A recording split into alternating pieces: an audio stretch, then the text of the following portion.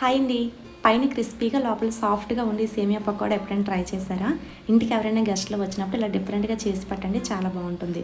దీనికోసం అయితే first stove on చేసుకొని కడాయిలో 2 కప్పుల వరకు వాటర్ యాడ్ చేసుకోండి. వాటర్ బాగా బాయిల్ అయిన తర్వాత 1 కప్ వరకు సేమియా యాడ్ చేసుకొని వాటర్ అనేది ఇంకిపోయి సేమియా సాఫ్ట్గా కుక్ అయిన తర్వాత స్టవ్ ఆఫ్ చేసుకొని సేమియాను బాగా చల్లార్చుకోండి. ఇప్పుడు ఈ సేమియాను ఒక బౌల్లో వేసుకొని ఇందులో 1 టీ స్పూన్ వరకు సాల్ట్, 1/2 టీ స్పూన్ పసుపు, సన్నగా తరిగిన 2 మీడియం సైజ్ ఆనియన్స్, మీ స్పైసీకి తగ్గట్టుగా పచ్చిమిర్చి, అలానే సన్నగా తరిగిన కొత్తిమీర, కరివేపాకు కూడా యాడ్ చేసుకోండి.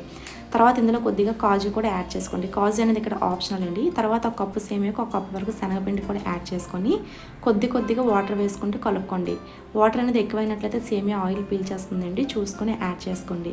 తర్వాత డీప్ ఫ్రై కోసం స్టవ్ ఆన్ చేసి కడాయిలో డీప్ ఫ్రైకి సరిపడా ఆయిల్ వేసుకొని ఆయిల్ వేడైన తర్వాత ఈ విధంగా చిన్న పకోడీలో వేసుకొని గోల్డెన్ కలర్కి వచ్చేటట్టు మంటను మీడియం ఫ్లేమ్లో పెట్టుకొని ఫ్రై చేసుకుంటే రెడీ అయిపోయినట్లే. Thanks for watching. Bye bye.